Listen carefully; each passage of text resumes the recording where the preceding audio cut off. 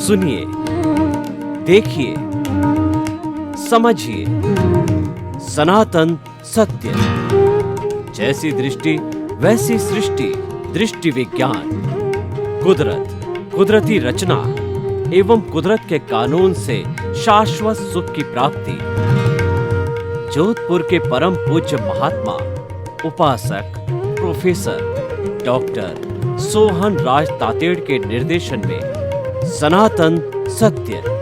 जैसी दृष्टि वैसी सृष्टि, दृष्टि विज्ञान।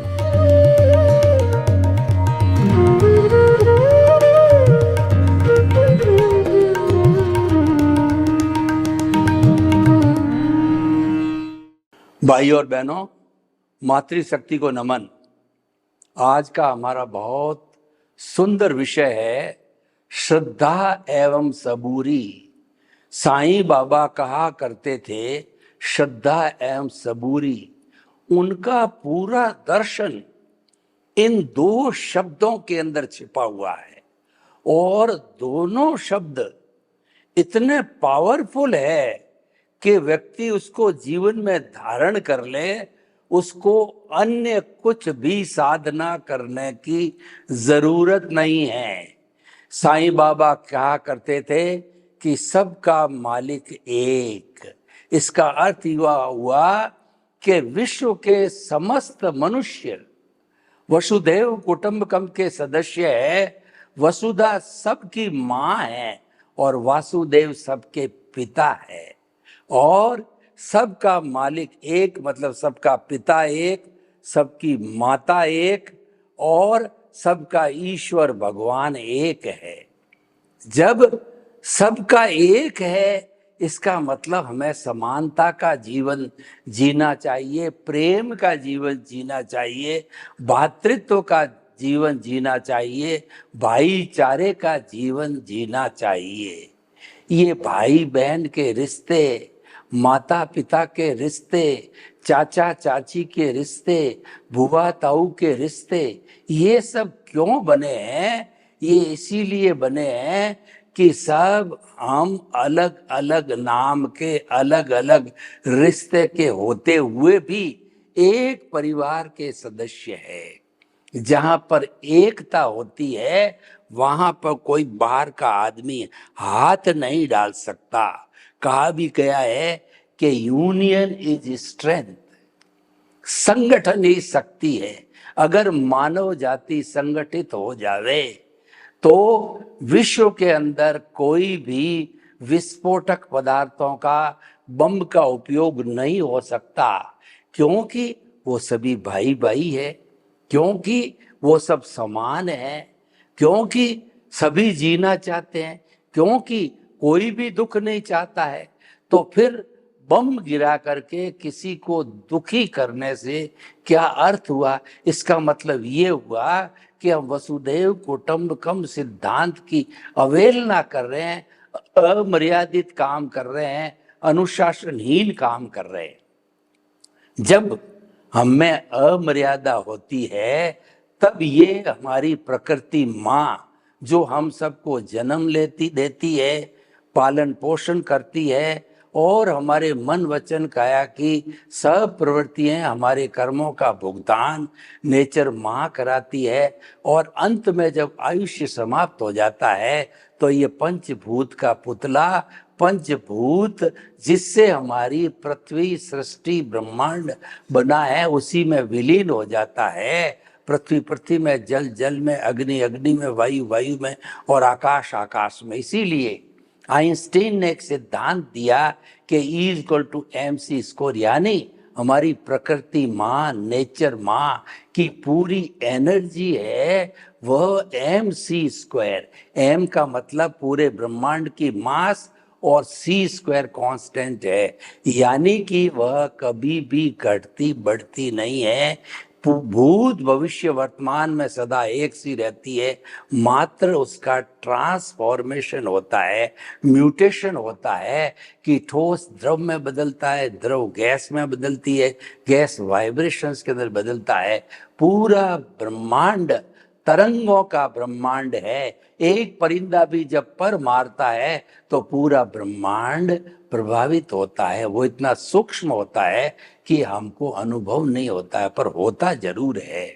तो भाई और बहनों, जो sine theta cos theta sinusoidal wave frequency wavelength जिन्होंने फिजिक्स पढ़ी है वो जानते हैं कि ब्रह्मांड तरंगों का होने के कारण मैं जो बोल रहा हूं ये तरंगों के अंदर परिवर्तित होकर के ये ऑडियो वीडियो बन करके ये हमारे जो है वो कैमरे से निकल करके उसके बाद के अंदर यूट्यूब के ऊपर, मोबाइल के ऊपर और लैपटॉप के ऊपर और इंटरनेट वगैरह सभी के अंदर वो आ जाता है, क्योंकि ये तरंगों से निर्मित होता है। तो भाई और बहनों, हम मुख्य विषय पर बात करते हैं, श्रद्धा।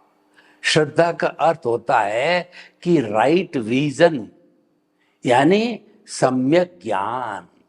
सम्यक ज्ञान से सम्यक दर्शन श्रद्धा कहलाती है। जब तक आपको किसी में श्रद्धा नहीं है तो आप कैसे आगे बढ़ सकते हो, कैसे आपका तालमेल हो सकता है। आपके माता पिता में आपकी श्रद्धा नहीं है तो आप उनको पसंद नहीं करोगे, उनकी सेवा नहीं करोगे। किसी भगवान के अंदर आपको श्रद्धा नहीं है तो उस भगवान को जो है आप कहना चाहिए विनम्रता से कैसे एक्सेप्ट करोगे, उसकी फिलॉसफी को, उनके दर्शन को कैसे जीवन में उतारोगे। तो सबसे पहले श्रद्धा यानी हमारा विजन, उसको हम कहते हैं आर्ट ऑफ द विजन है, वो क्लियर होना चाहिए। आर्ट ऑफ विजन के माध्यम से हमारी दृष्टि बदलती है, सृष्टि नहीं बदलती है। दृष्टि बदलने का अर्थ हो गया हम रॉन्ग बिलीफ से राइट बिलीफ में आते हैं, हम अश्रद्धा से श्रद्धा में जाते हैं। श्रद्धा होने पर उस वस्तु में इंटरेस्ट आता है, उसके प्रति हमारा समर्पण हो जाता है। और जब किसी व्यक्ति के प्रति, ईश्वर के प्रति समर्पण होता है तो वो भक्ति मार्गी बन जाता है। भगवान कृष्ण ने गीता में कहा है कि तुम मेरे को समर्पण हो जाओ, चाहे लुटेरे हो, तुम डाकू हो, कसाई हो, अच्छा मिलावटी हो, कैसे भी बुरे से बुरे व्यक्ति हो, अगर तुम मेरे को समर्पित हो जाते हो, जो भी कार्य करो मेरे को समर्पण होके करो, मेरे बन जाओ तो मैं तुम्हारा उद्धार कर दूंगा। ये मेरे बन जाना, ये समर्पण का भाव श्रद्धा बिना नहीं आता है। श्रद्धा हमारा रूट कॉज है। श्रद्धा के बिना ये संसार नहीं चलता है। एक अगर पत्नी की पति में श्रद्धा नहीं हो और वो पति पत्नी अकेले घर में रहते हो तो पत्नी को या पति को हर वक्त डाउट बना रहेगा कि कहीं ये मेरे को जहर नहीं पिला दे, कहीं मेरा ये खून नहीं कर दे और कहीं मेरे को जो मेरी संपत्ति को ये बर्बाद नहीं कर दे। ये बातें कहाँ से आती है? जब श्रद्धा समाप्त हो जाती है। श्रद्धा रहती है तो प्रेम रहता है। श्रद्धा का सीधा संबंध प्रेम से है और प्रेम सबसे बड़ा रसायन है। प्रेम के लिए कहा गया है कि पोथी पढ़ पढ़ जग मुआ और पंडित भयानक होए, ढाई आखर प्रेम का और पढ़े सो पंडित होए। यानी जो व्यक्ति प्रेम के ढाई अक्षर पढ़ता है तो व्यक्ति वो इंटेलेक्चुअल से इंट्यूशनल हो जाता है। हमारी पुरानी माताएं, दादियाँ, नानियाँ, पिता, दादा, नाना, वो लोग पढ़ाई नहीं कर पाते थे क्योंकि पहले स्कूल नहीं थी, पोशाक नहीं थी, परंतु वो प्रेम का पाठ जानते थे, वो ढाई अक्षर को जानते थे, इसीलिए वो इंट्यूशनल होते थे। वो भीतरी जगत में गोते लगाते थे, वहां से उनको सत्य मिलता था और वो अच्छे अच्छे डिसीजन लेते थे। एक इंटेलेक्चुअल व्यक्ति विद्वान हो सकता है, बड़ा स्पीच दे सकता है, व्याख्या कर सकता है, लेख लिख सकता है, पुस्तक लिख सकता है, लेकिन जरूरी नहीं कि वो पंडित हो। पंडित का मतलब उसका इमोशनल क्वोशेंट है, वो कंट्रोल में है। EQ उसका कंट्रोल में है। जिसका EQ कंट्रोल होता है संतुलित होता है वह पंडित कहलाता है। ईक्यू संतुलन वाला व्यक्ति किसी के प्रति अन्याय नहीं करेगा, किसी को धोखा नहीं देगा, किसी को अपशब्द नहीं बोलेगा और जो है वो किसी के प्रति बुरा बर्ताव नहीं करेगा, क्योंकि उसको सत्य की प्राप्ति हो गई, उसको सनातन सत्य मिल गया, उसको सार्वभौम सत्य मिल गया, उसको ultimate reality of this universe मिल गई, जिसको हम सनातन सत्य कहते हैं। और ये सनातन सत्य हमारे आर्ट ऑफ द विजन से जुड़ा हुआ है। उसमें हम दृष्टि बदलते हैं, उसमें हम श्रद्धा जागृत करते हैं, और श्रद्धा जब जागृत होती है तो व्यक्ति धीरे धीरे जो है अपने सम्यक ज्ञान दर्शन का डेवलपमेंट कर देता है। क्यों? कि प्रभु केंद्र में विराजमान हो जाते हैं। प्रश्न ये है कि जिसने प्रभु को अपना ज्योति केंद्र में शुद्ध भावों के साथ के अंदर प्राण प्रतिष्ठा करके बिठा दिया और भवांतर के लिए बिठा दिया, वो तो शुद्धि है, वो तो मुक्ति में जाने वाला है। आज अज्ञान को जीरो कर दो, अज्ञान का एक भी परमाणु है अगर चेतन तत्व के साथ नहीं रहे तो चेतन तत्व सीधा जो है सिद्ध शिला में जाकर के ईश्वर बन करके शाश्वत सुख को प्राप्त करके वहीं विराजमान हो जाएंगे सिद्ध रूप के अंदर। और जो है फिर हमारी इस 84 लाख जीवा योनि में वो दुख भुगतने के लिए भ्रमण नहीं करेंगे, कभी नहीं करेंगे। इसीलिए हम शाश्वत सुख चाहते हैं। तो भाई और बहनों, श्रद्धा जरूरी है। श्रद्धा एक टॉनिक है, श्रद्धा एक मॉरल ड्यूटी है, श्रद्धा एक विश्वास है। और ये विश्वास किसी सूरत के अंदर टूटना नहीं चाहिए। और विश्वास के भरोसे व्यक्ति निराशा को भगा करके आशा का जीवन जी करके सफलता को प्राप्त कर सकता है। सफलता तभी मिलती है जब आपके भीतर जो है सफलता के प्रति श्रद्धा होनी चाहिए।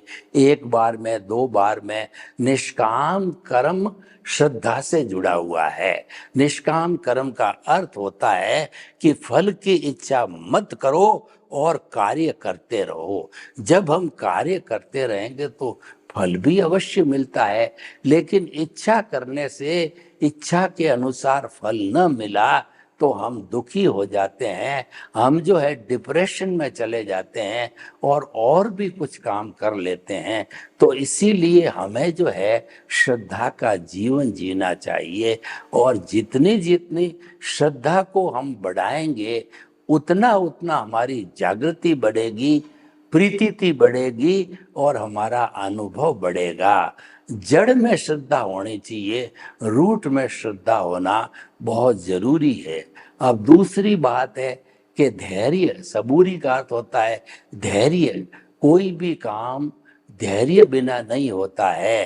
तो देखिए, आप जो है एक आम का पेड़ आज लगाओ और ये प्रार्थना करो भगवान से कि मुझे मीठे आम मिल जाए, तो तुरंत आम नहीं मिलते हैं, 12 साल के बाद में आम मिलते हैं। तो इसीलिए जो है हमें जो है वो धैर्य रखना जरूरी है। धीरे धीरे रे मना और धीरे सब कुछ होए, माली सींचे 100 घड़ा और ऋतु आए फल होए।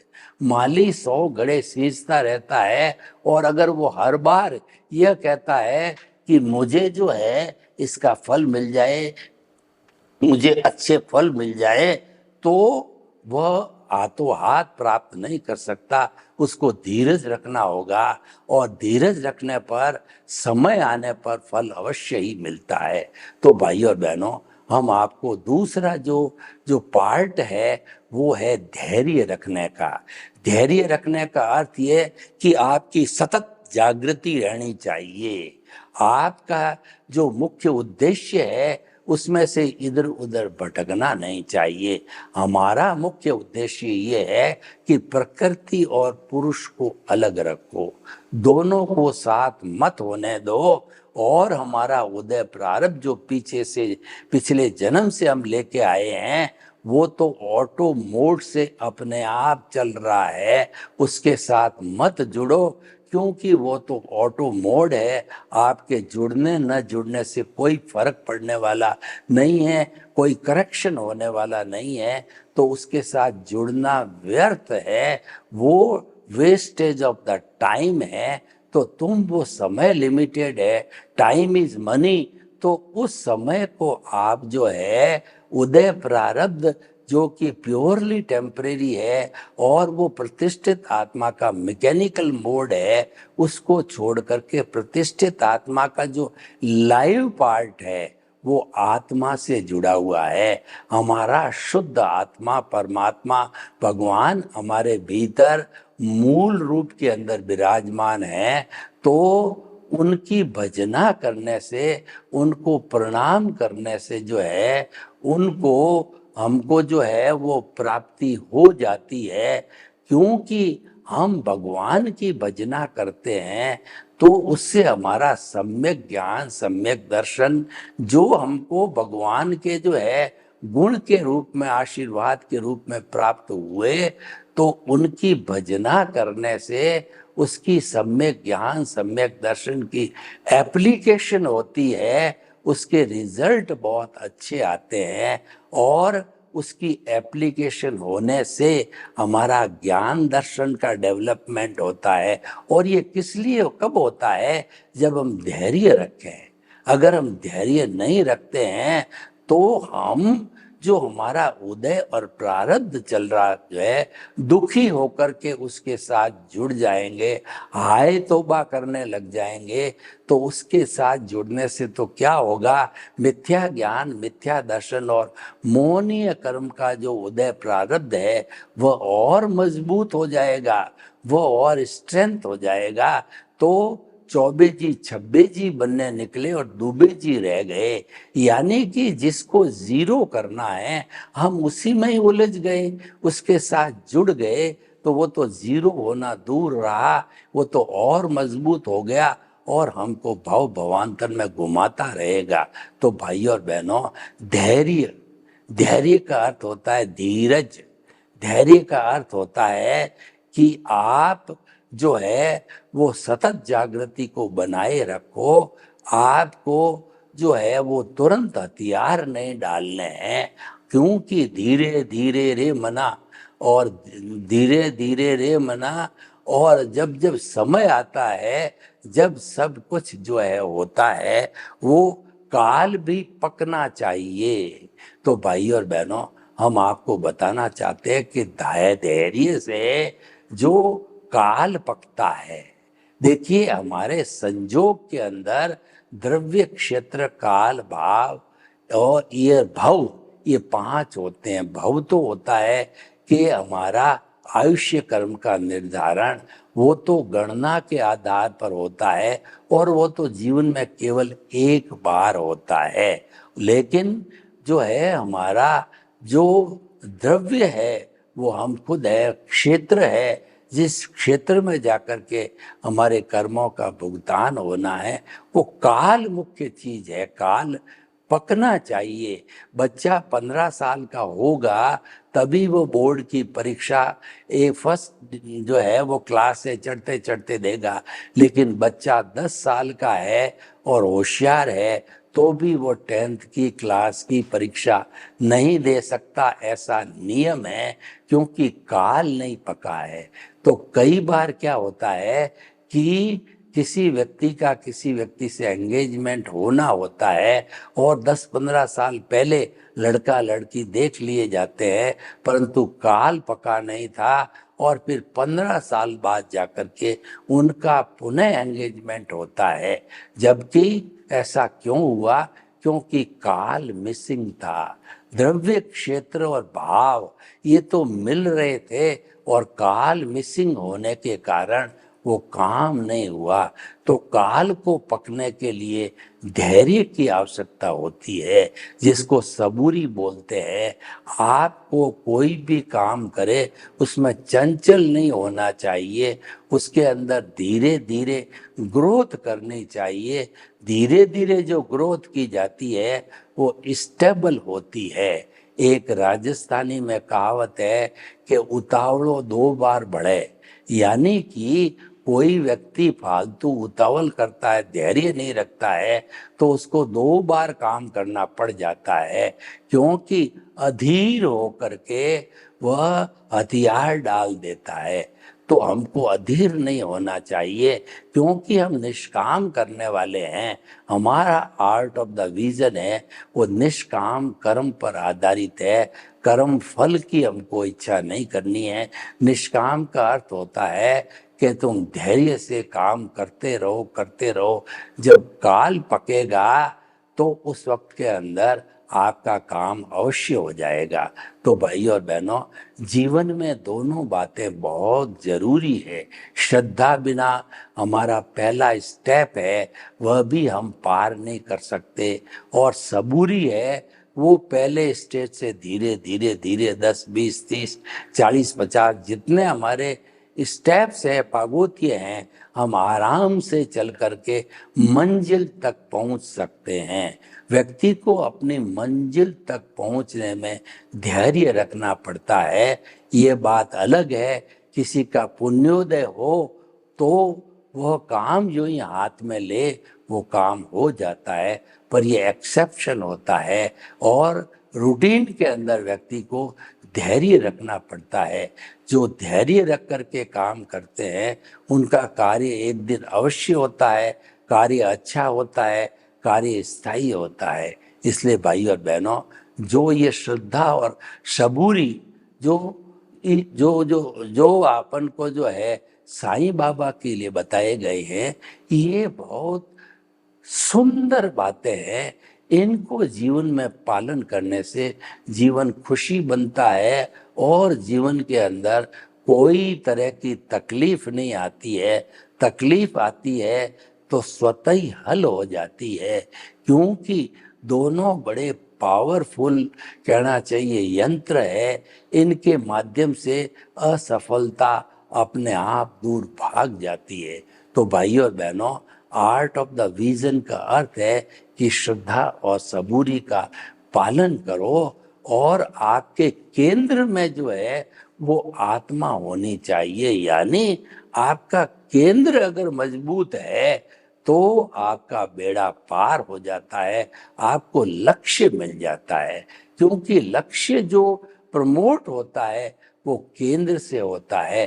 केंद्र में जब हमारी आत्मा विराजमान है और उसके साथ में श्रद्धा और सबूरी और जो है 2 कंपोनेंट मिल जाते हैं, तो काम और जल्दी तत्परता से अच्छी तरह से हो सकता है। और इनके साथ के अंदर जो हमारा निमित्त निर्दोष अकर्ता और शुद्ध आत्मा, ये तो हर क्षण हमारे केंद्र में आत्मा के साथ रहते हैं, वो कभी अलग नहीं होते।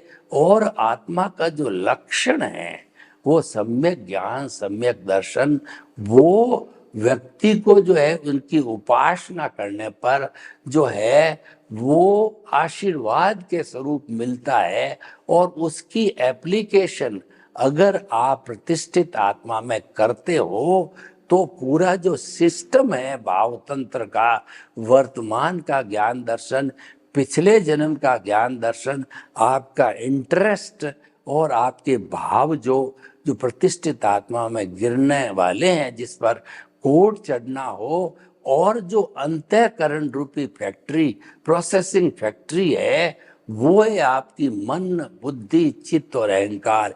ये पूरी टीम मिल करके और फिर वो भाव पर कोट लगाते हैं। जब वो भाव कर्म बनता है और कॉज बनता है, अगर इसके अंदर आपके सम्यक ज्ञान, सम्यक दर्शन की एप्लीकेशन है, तो कॉज ऐसा पड़ेगा जो मोक्ष के लायक और सहायक होगा। और आप जो है देहाध्यास में जुड़ गए, तो इस स्थिति में जो कॉज पड़ेगा उसके अंदर जो ज्ञान दर्शन का पुट है वो मिथ्या ज्ञान, मिथ्या दर्शन और मोहनीय कर्म का होगा।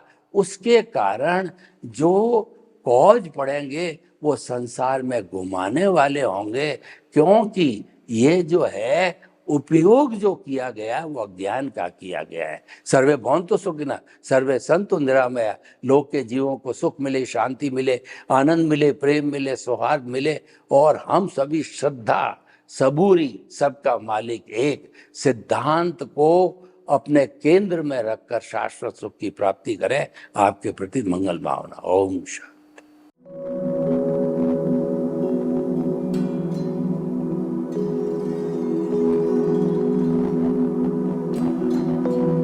एक ऐसा अंतर्राष्ट्रीय ख्याति प्राप्त मानव जो गुरु प्रेरणा से पिछले 20 वर्षों से वानप्रस्थ जीवन जीते हुए 24 घंटे मानवता की सेवा में संलग्न है। एक ऐसा मानव जो अभी राष्ट्रीय, अंतर्राष्ट्रीय टीवी चैनलों पर 7,500 एपिसोड के माध्यम से सनातन सत्य, आत्मविज्ञान एवं पुनरुत्थान, व्यवहार एवं निश्चय जगत के जीवनोपयोगी विषयों पर हृदय स्पर्शी प्रवचन कर चुका है। उस मानव का नाम है महात्मा उपासक प्रोफेसर डॉक्टर सोहन राज तातेड़। प्रोफेसर तातेड़ द्वारा योग, दर्शन, शिक्षा विषयों पर रचित पीएचडी स्तर के 250 शोध ग्रंथ भारत के 100 प्रतिष्ठित विश्वविद्यालयों में शोधार्थी पढ़ रहे हैं तथा वे सभी शोध ग्रंथ वहां की सेंट्रल लाइब्रेरियों में उपलब्ध हैं। महात्मा सोहन राज ने अभी तक हजारों स्कूलों, कॉलेजों, विश्वविद्यालयों एवं संस्थाओं में सेमिनार, वर्कशॉप, कैंप लगाकर लाखों विद्यार्थियों को योग, दर्शन, शिक्षा का प्रशिक्षण देकर उन्हें सुसंस्कारित किया। डॉक्टर तातेड़ ने भारतीय संस्कृति उत्थान के 4000 से अधिक समसामयिक विषयों पर आर्टिकल लिखकर ऑनलाइन जर्नल, पत्रिकाओं, वेबसाइट्स पर प्रकाशित किया, जिसका उपयोग लाखों पाठक कर रहे हैं। उपासक तातेड़ के 5000 से अधिक आज का सुविचार, आज का शुभ संदेश, आज का मंगल भावना योग आदि चिंतन websites, Twitter, blogger, Facebook, YouTube माध्यमों से लाखों लोग अपना जीवन निर्माण कर रहे हैं। मानवता के मसीहा ऐसे महामानव महात्मा सोहन राज तातेड़ के प्रोफाइल को अभी तक विश्व के 20 लाख दर्शक यूट्यूब पर, 12 लाख गूगल पर एवं लाखों दर्शक फेसबुक, ब्लॉगर, ट्विटर और इंस्टाग्राम पर देख चुके हैं।